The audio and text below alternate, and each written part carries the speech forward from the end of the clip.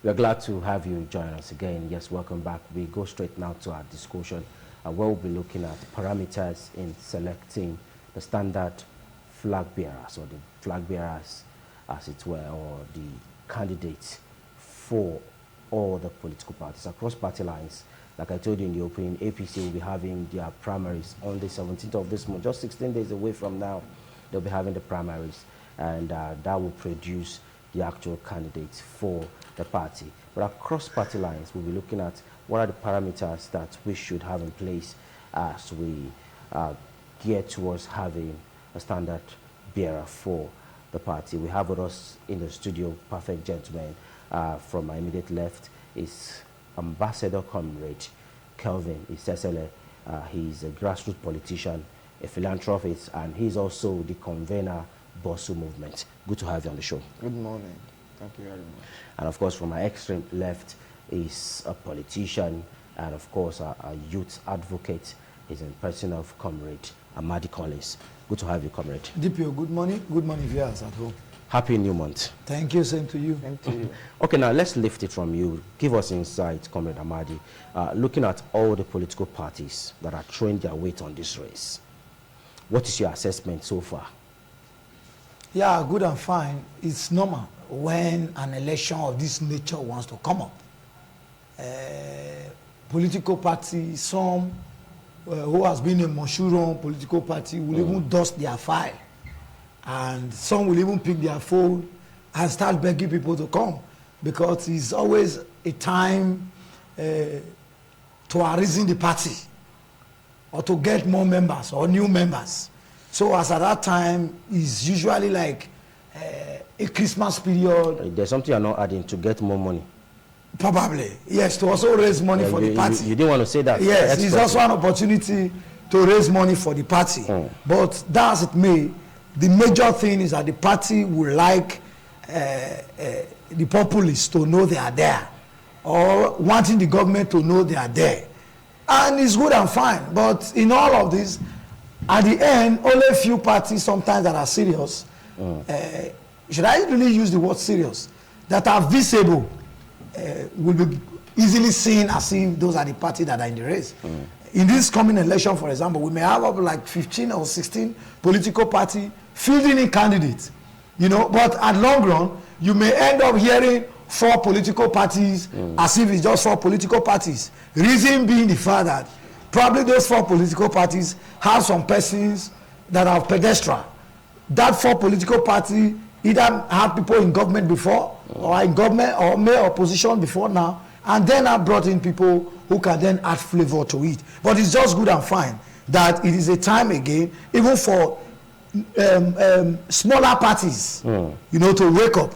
Just like you saw in the last election, Labour Party ordinarily was nowhere, but that election also gave them opportunity to arisen, because across the country they tried to feed in some money bags in different states. You know, those people they believe are also bourgeois and of the high class when it comes to finance, and those people were able to use their finance to mobilize people into the party and now made them a third force, as it were. You know, but just as it is today, you can hardly just jettison the party called Labour. But so it's also in other states like in Kogi. You know, there were nothing probably like SDP before. Okay. But in that election, they feed in a candidate who was so powerful and mighty, if not for the strength of the incumbent governor, and also facing the ruling party at the national level, it would have been a one-way for the SDP as it was. Okay, we'll come back to the studio. Let's quickly go on this break now, and we'll return back to extend the front line of this discussion. To stay with us.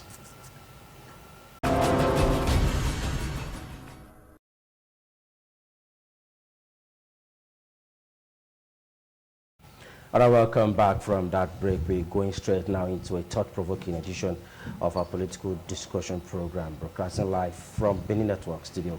Well, I'm Daniel Praise Osedebame, your host, and of course today's edition, we are actually looking at the criteria for getting the standard bearer across party line. So these are what we're going to be looking at this morning, as we are honored to have distinguished panel of guests with us. We have our Honorable Shedrack Odubai, who is the special advisor to the state governor on youth affairs. We also have Comrade Kelvin Isesele, a grassroots politician and the convener Bosu Movement. Sure, we also have our Comrade Collins Amadi, a seasoned politician. Thank you, gentlemen, for being with us on the show. Thank you very much. Okay, before we went on that break, you actually had the floor, but let's quickly come to Comrade Ambassador Kelvin Isesele. Let's look at the quest for power shift. There have been clamor that power should rotate to Edo Central. But it seems that is fading away now as we are heading straight to the polls. Do you believe in power rotation? Well, I believe in fairness, equity, and justice. I believe in party principles of power rotation. I so much believe in it. But I also agree that if there are factors on a higher level, the conversations can still go on. But either way it goes, Edo people has the right to choose their leader. But I wouldn't say because I am from so zone, I wish everything to come to my zone. I should be able to talk to other brothers from other areas to look into what I describe as fairness in sharing political offices. And if they agreed with me, then the justice and equity can come into play. But in an instances where some other persons from other side felt they don't buy into that idea, I think you only need lobby, conversations to achieve power rotation, especially when you are from a minority zone. Okay.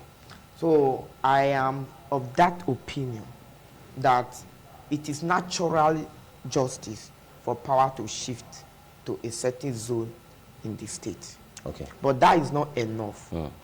This zone has to put their heads in order and have a useful conversations with other zones and come into agreement.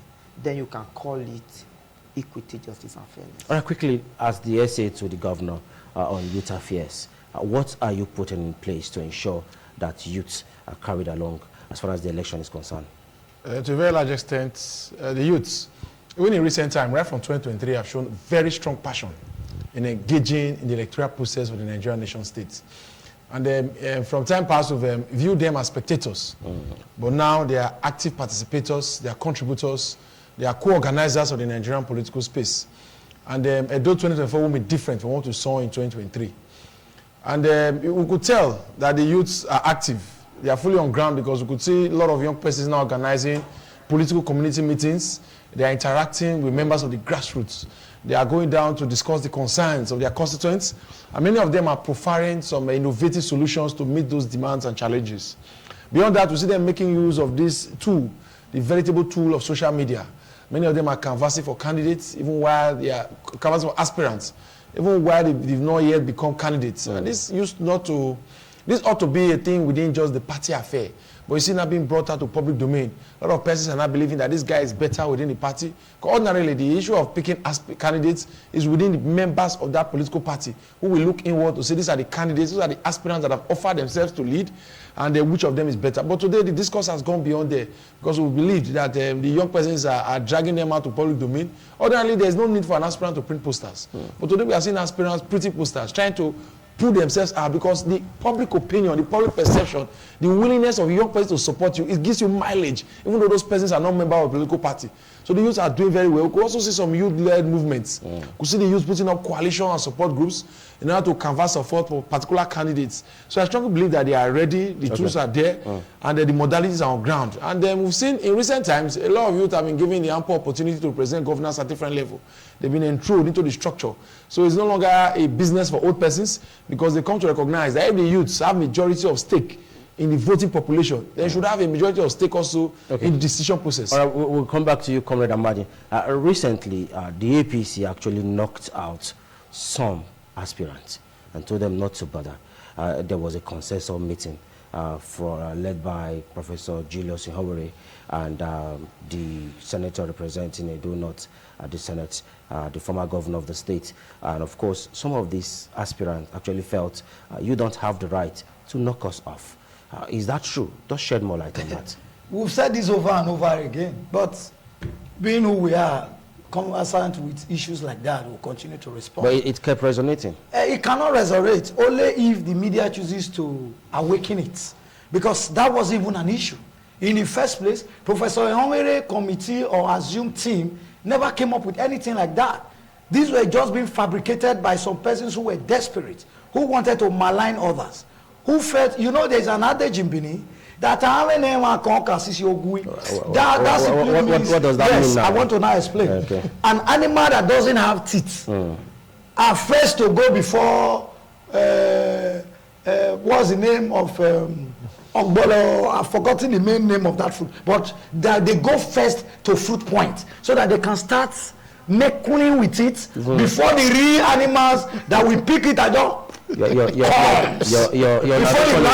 Your narration is even confusing me more. Before the let's just stick in. to the conversation. Yes, I just wanted to say, what I'm trying to say is that for those assumed aspirants, they needed to use all self-arranged strategy to see how they can disorganize those who are composed, those who are ready, and those who want to get the party to win election.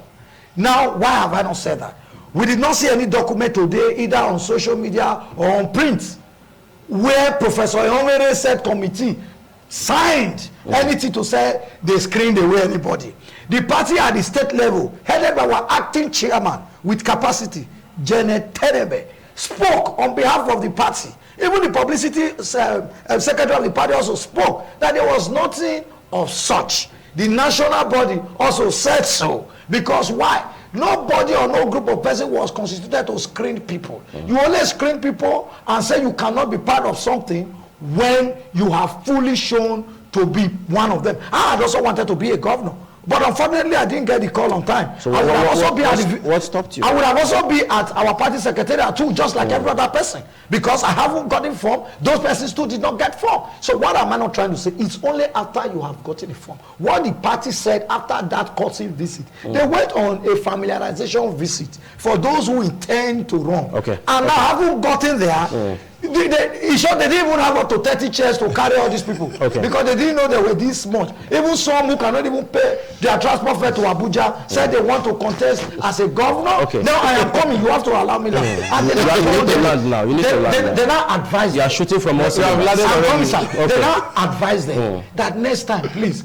leaders, the way you came with them, in case you want to call those who are interested again, please try and interface with these people and see those who are not serious. Because even they know that many of them were not serious. Just interface with them, those who are not serious, so they can go away. But I haven't done that. Some persons felt probably delegated to themselves. An authority probably they don't have. But we are not still too sure, because those people being accused have not also come out to say that they did. They are just all in social media arrangement, or television and radio arrangement. So there was nothing like that. What actually inspired the Bosu movement as far as election is concerned, and what do you plan to achieve with this movement?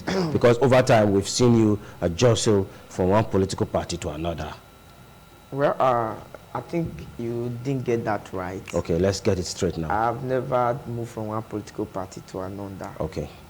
But before I come into that. But you've supported different candidates. I'm coming. Across party lines. Allow me. Okay. Right. My brother talked about something.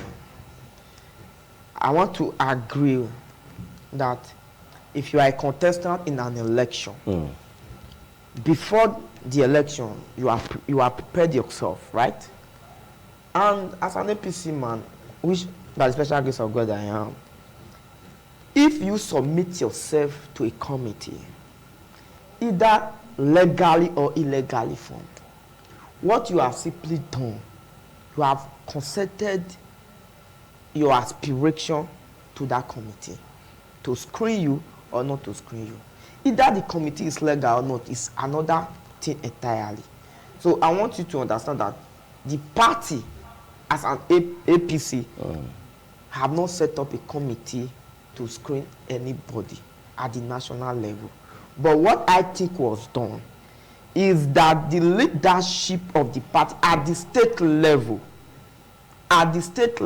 in their own wisdom, put themselves together and say, let's look into these numbers and prune it down. So anyone who subjects himself to that committee can no longer come out and said that committee is bad.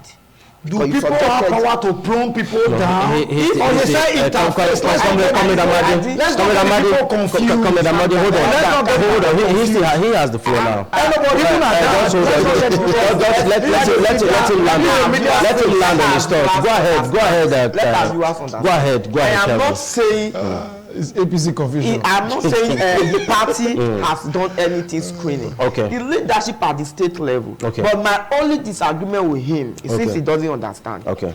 If I am contesting an election, the party at the state level set up a committee to prune the numbers down, and I felt that committee is not authorized or he has no capacity to even interface with me. Okay. I will not submit myself to that committee. But the moment I submit myself to that committee, you are getting the people you need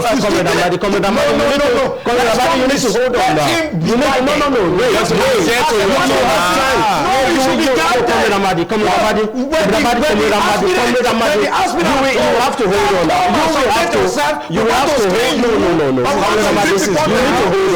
It will get to your turn, then you have right to respond. No, he's making emphasis on an issue that is not even. Go ahead. He has the right to emphasize. Go ahead. My brother, you sit down. Your candidate doesn't have a vote. Go ahead, Comrade Amadi, please. We need to respect ourselves, please. Thank you. Go ahead. I think this is not a motor park, right? It's not. It's not. It probably can be. This is a national television, Comrade Amadi, please. Diplomatic and listening to each other. Go ahead. So our viewers can get. Go ahead, Calvin. You were lying on my question. Amadi, can you just hold on? He was lying Just on my hold on a question. second. We will get back to you. That aside, I've just make it clear. So that make any it clear. process you know you cannot be part of, don't subject yourself to it. Okay.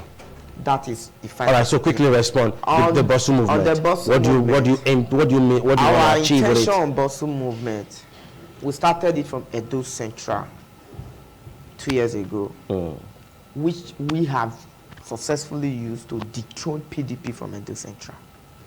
By the special grace of God, is a natural movement. We come on board to bring the idea so that we'll be able to bring the necessary dividends of democracy closer to the people at the grassroots level. By ensuring candidates that emerge from political parties are true reflection of what the people want. But in any situation, you impose a candidate on a political party, quote and unquote, we have right to reject that candidate because it has been opposed. So every political party should sit down and listen to the voice of the common man on the street in choosing their candidate. So you won't bring a candidate that will be difficult to sell. So that is the essence of that movement. We'll get back to you. Comrade Amadi, you still need to hold on. We'll get back to you too, because you're on fire this morning. You unleash the dragon, but just hold on. Let's get to Honorable Shedrack Kudubai. Every political party have their own differences. Of course. Which PDP to have theirs. To an extent, to an extent, Comrade Amadi, please. Please. Honorable Shedrack. Yes, very well. To an extent, the PDP seems to be standing on a time bomb. Not necessarily so. There seems to be disconnection in the party. When two persons, multiple persons want to jostle for a position, the winning, one must win and one must lose. Because and the loser will not celebrate. He won't celebrate his defeat. He must mourn over his defeat. Well, you mean one will win and one will lose? Because from the body language of some party leaders, it seems some people at the top, they are moving towards a particular candidate. I need to be clear. I don't understand what you mean by saying at the top. I don't like there are speculations. There are speculations that a particular aspirant is being. Which aspirant in particular? He might be an anointed candidate. You know what I'm talking about. If I choose not to know, we don't want to mention names on the platform. I try not to listen to those pedestrian discussions, those things that jump out of the gutter by persons who do not understand the onus of politics. If I choose to run for office, I will do the needful. I will engage the party members, the stakeholders, the leaders and masters within the political party. I will present myself and I will say, this is what I can do, this is what I have to offer. This is my past antecedents, this is my capacity. And this is my understanding of the state, the challenges we are in, and the solutions. I'll present them on the table. And it's not their duty to decide whether they will now take me as their candidate or not. So the idea of saying somebody want to bring somebody, and ask that, what does he want to bring the delegates to go and vote? Or is that person a voter? Even the governor in question is not a voter. He's not a delegate in that election. Even if they say he may have influence, there are people who listen to him, and you can't take that anywhere from any system. If someone has risen to a position of authority, there are persons who will want to follow that person normally because they have gotten empowerment, or maybe they admire his governorship style, or they listen to that person. It is normal. You can't say because the governor wants to, and even the governor has not made. See, there's no one publication, no one radio media, no one media engagement that has where the governor has said this candidate is my candidate. So those people who are scared, who are jittery, who are angry, it baffles me, because even this battle, I begin to wonder, the most strongest position in PDP today in Edo State is the governor, and after the governor, we have the deputy governor. So if the second strongest person wants to run and he says that the first person is disturbing him, doesn't want to support him, then I believe it's an evil match. It shouldn't be perceived as though that the deputy governor is so weak, he is so powerless, that the governor must support. I've seen governors support candidates that never emerged. So let's not make it look as though the said candidate is a sacred cow. I believe you me, the man is even more hardworking than other candidates. His billboards are everywhere. The man is on constant engagement. He's mobilizing, he's conscientizing, he's selling himself. But other aspirants are working too. I'm telling you that the man appears to be in the front race. If whether you like it or not, you can go and do your investigation. The man is out there, he's meeting persons even more frequently. You said a man is anointed. Anointed candidates we know are candidates who sit in government house. They bring anointed candidates a week to primaries. They just bring them a week to come from the back door and they are made candidates. A man who says he's the anointed candidate has been out there in the street for Ogologo long. He has been doing work, even putting twice the effort of persons who are not anointed. And he says he's anointed. How long have you been in the party? Me? The man, the person in question. How long has he been in the party? Yes. The man has been in the party he's someone that was in government for the last 8 years. What do you need to go into government? You can't go into government without being a carrying member of the PDP. You can go into government without being the party member. Okay. Wait. Land on your thought. We need to get to Colonel. Let me explain to you. You see, when someone comes out and the person takes the lead, it is the duty of other persons behind to pull him down. So when people are attacking these candidates, they're trying to pull down his capacity, trying to soil him. You could see that the guy is on top. So the challenge of when I'm happy that even when we come to public discourse and the man is not the subject of discussion, he still finds his way into discussion. That continue to improve and expand his credibility. He keeps selling the man. So the challenge that I keep telling other persons, if you are giving this man free publicity, and the man has capacity. The APC, to an extent, is still battling to get national acceptance at the national level. The APC is in power, yes. But do you think with the happenings around this current administration, the hardship, the insecurity, the killings, won't that affect the APC at Edo State? Excuse me, when you say battling to at the state level, won't it affect? Battling to get national acceptance. Yes. I completely disagree with you, because all these are kind of insinuation from those who want the government down at all costs. Because one, a government that has been since inaugurated and is serving the people, you cannot serve the people, or you cannot be in government at the center by being sensational or a senatorial or a district or just a region. He got a vote from south, he got a vote from north, and he got a vote from east. It doesn't matter. So there were persons who supported and who voted for him from the east. There were persons who voted for him from the south. There were persons who voted for him from the north. By that alone, it becomes a national assignment. So, but that as it may, what is happening in Nigeria, yes, it's not a Nigerian affair. It's a world affair beyond that. And two, let me tell you, the people knows when the system is working, when an effort is being made. Will it affect the APC? I am promising it's going to affect the APC for the positivity. Why have I not said it? Asiwaju government, to even the blind today knows that this is a government that is putting so much on ground to make the people smile, and not temporarily. Now there are already signs of good governance ever since he came on board. In the area of infrastructure, he did not just begin. He started with the kind of signs that people used to go to every state and say, we want our state to be like Lagos. We want, just like the way you saw them working in Lagos. That is what you have seen in double going around across the country. Now let's come to Edo, for example, as a case study that you have made reference of.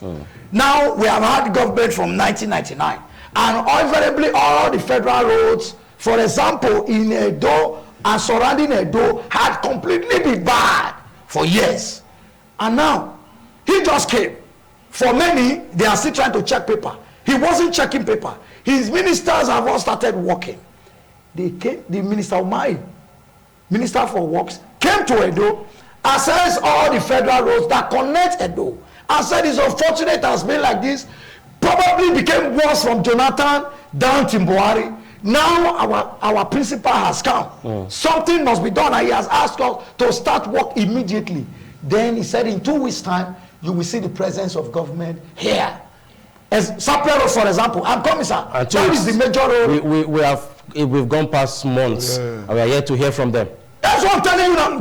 Do you even move around at all as a journalist? Now, if you go to Sapele Road from King Square, straight to Delta State, the jobs that are ongoing there, I have never seen it in my life. I have had the opportunity of leaving this country or traveling out of this country. I have had the privileges to do that.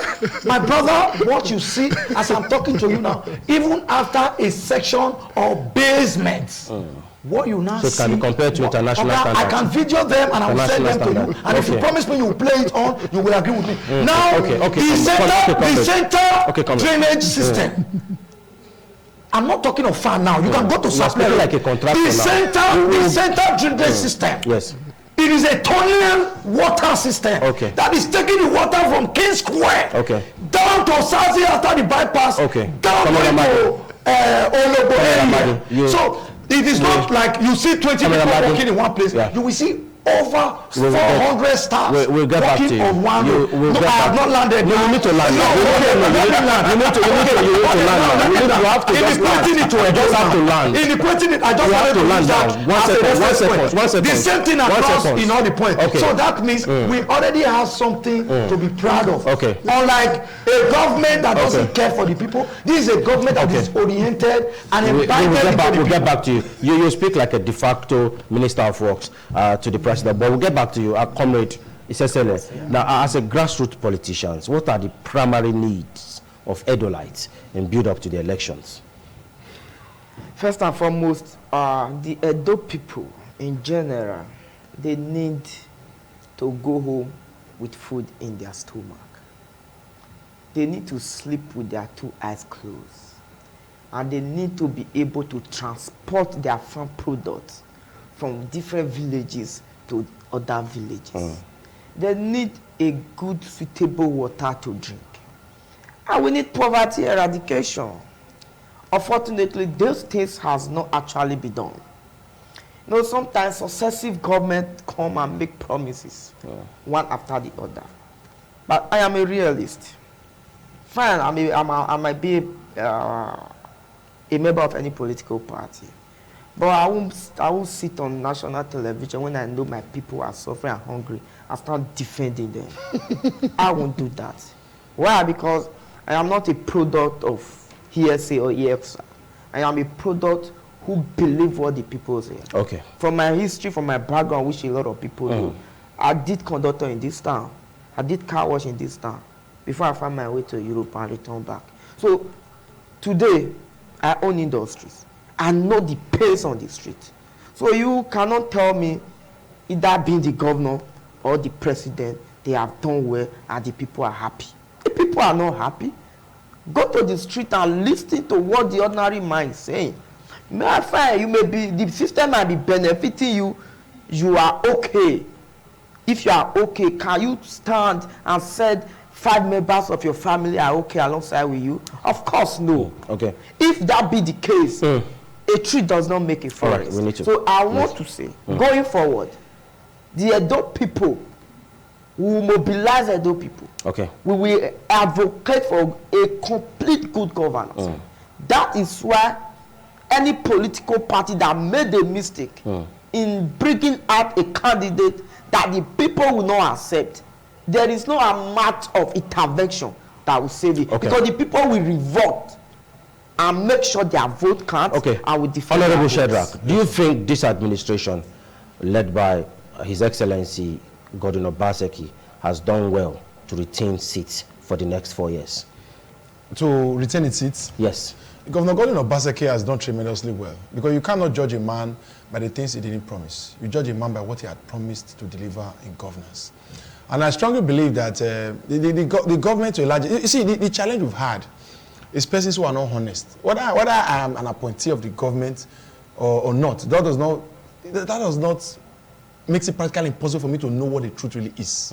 We know that we are currently under a system, because Edo State is a subnational government. There's a national government that superintends over the subnational. What we have, that the sources we've encountered in Edo State, because the government of the day is making every frantic effort to ensure that Edo State grows, despite that Nigeria is not growing. Because all the indices are there. The double-digit inflation, the high cost of food inflation is over 30%. The cost of living, the pervasive poverty, the gross unemployment, the foreign difficulty in accessing forests, all of those things are factors made available, or the situation that the federal government has plummeted Nigerians into. And with this last, so that's the challenge. What we have now is that Edo State government is now working, is now swimming against the tide to ensure that just as Nigerians are suffering, Edo people are not suffering. Edo State has risen. When Obaseki became governor, the gross domestic product of Edo State was roughly about 15th positions. But today we are in 7th. This man is attracting businesses, is attracting good, equitable foreign investment. He's building the IGI to ensure that the people in Edo State can do business. He has mobilized, put together a vigilante team, put together PUWOF to ensure that we can at least make room to recall to, even when we have issues of local challenges, security challenges. Hold on. No, I'm trying to touch on it. Several memorandum of understanding were signed Yes. in the build up to his entering into office. We entered the office before they signed memorandums. Yet, when he got to office, Yes. but yet some of them were not executed. Which one in particular? Some of them were not executed. Gele. Some of them were not Auchi executed. Airport. Some of them are yet to be executed. University in all So, the wait, hold on. I'm the anchor here. Okay. Thank you. Thank you so much for your cooperation, Comrade Amadi. You are doing well as an assistant anchor, but I'm the host here. Go on, Honorable Shedrack. What we have is that everybody, a man cannot deliver. The Edo Airport, he didn't use that airport as a campaign promise. Mind you, he went to a donut and saw there will be a need for us to have a cargo airport in a donut, owing to the industries, the mining industries that are situated in that location. It's not like he came on board. Listen to me. Let me get it clear. It's not like he came on board to say, I will do an airport, they do not vote for me. Okay. The challenge. So let me be clear. Okay. But there are things the man had put in place that all of this, the APC persons will choose to turn their eyes against. And they will not want to admit that this man has done a lot of investment in education. So the government has done a lot. No, let me call the only one the areas. He has done a lot in education. Edo State today, the Edo Basic Education Scheme is now one of the most acclaimed, not nationally but across the world, to be the best. If we talk about security, its contributions are significant and they are enormous. Edo State today is not as being ravaged by other APC states that cannot stand the test of time. Today we have issue of when you have to talk about the Edo Technological Hub, the investment in technology, the investment in youth empowerment, the investment in ensuring that Edo State remains a business hub within Nigeria. The public image of Edo State has been shown high. Why people are saying they won't come to Nigeria to invest, people are saying they will come to Edo State to invest. As I speak to you now, Edo State has about 11. There are 9 Chinese companies in Edo State. When Obaseki was there, there were only 2. These are persons who are going to attract investment, create jobs opportunities, and ensure that the citizens are able to make something out of the living. So the challenge is that when people now come to public media and begin to peddle false rumor, half-truth and outright lies in an attempt to demarket somebody, the people are aware what is happening. The people know what is obtainable in the streets. When people come to mainstream media and tell me that Tinubu is doing very well, he has brought the deal of the people, and people are excited, they are happy that the federal roads are being tied with international standard. We will now know exactly who is talking the truth and who is lying. Half-truth, outright lie. I just learned this out today. Now, this is your own turn now. You need to respond. Where is APC going to? Where are they zoning their tickets to? Quickly. Do you have an idea? when a government have, sorry, let me quickly just respond to one point there. When I, as a government, I have given dividends, it should be empirical. Okay.